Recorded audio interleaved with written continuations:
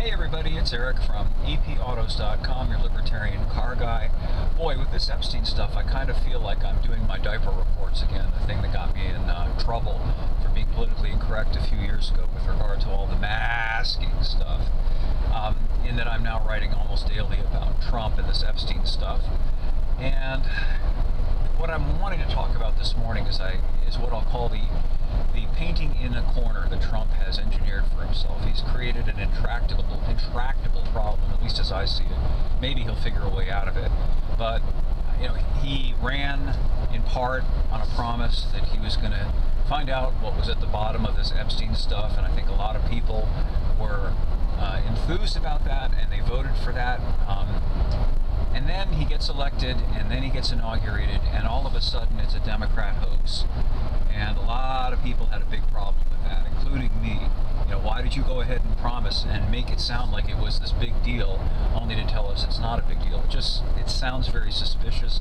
And more so, what's particularly suspicious is the defensiveness and the near hysterical reaction that he had every single time he was asked a question about Epstein. And you also have the fearful and strange way, at least that's how it came across, that Dan Bongino and Kash Patel responded when they were asked about Epstein, and in particular asked about the supposed suicide and all the strange and murky circumstances surrounding that, such as the fact that the guards who were assigned to watch the guy 24/7, they just happened to take a break at the exact moment when this Epstein guy decided to hang himself. And curiously, there are segments missing from the tape that was released to the public. And all this stuff, it just stinks. It doesn't look good.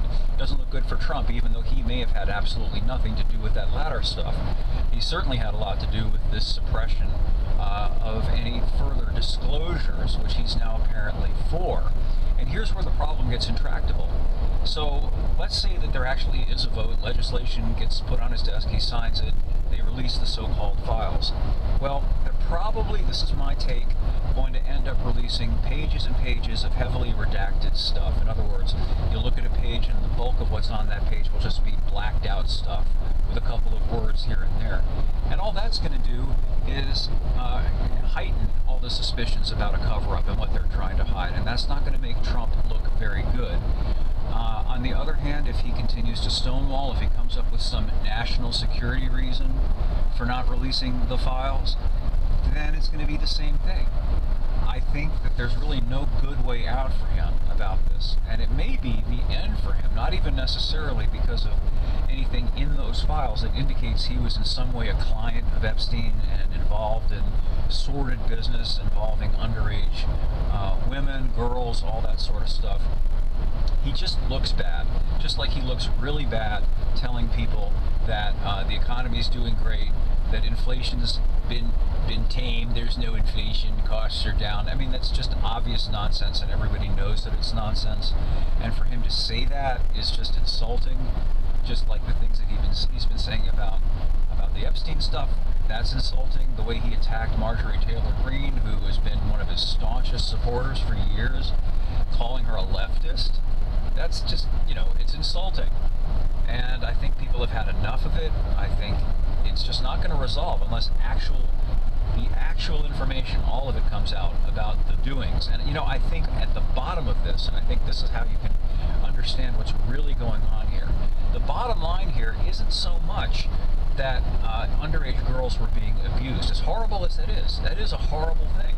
But I think it's much worse than that, because I believe that, this is just my belief, I'm not saying I know this, that the abuse of these underage girls was being used to control politicians and others in high places of both parties. I think this accounts for Trump's reaction.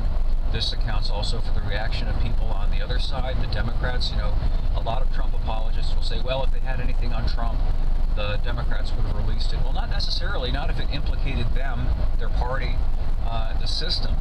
If it turns out that this honeypot operation was being run not so much by Jeffrey Epstein, but by, dare I say it, the Israeli government or proxies of the Israeli government for purposes of controlling the U.S. government via blackmail, that's absolutely catastrophic.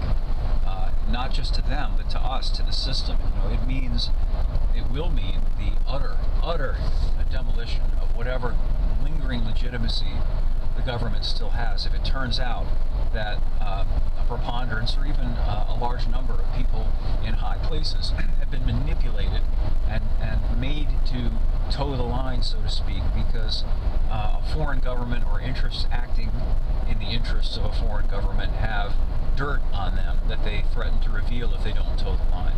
So that's my synopsis of the scenario as of Thursday morning here. We'll see what happens by tomorrow. More over at epautos.com, the web's best libertarian gear guide site. Thanks as always for listening, and we'll have more for you again soon.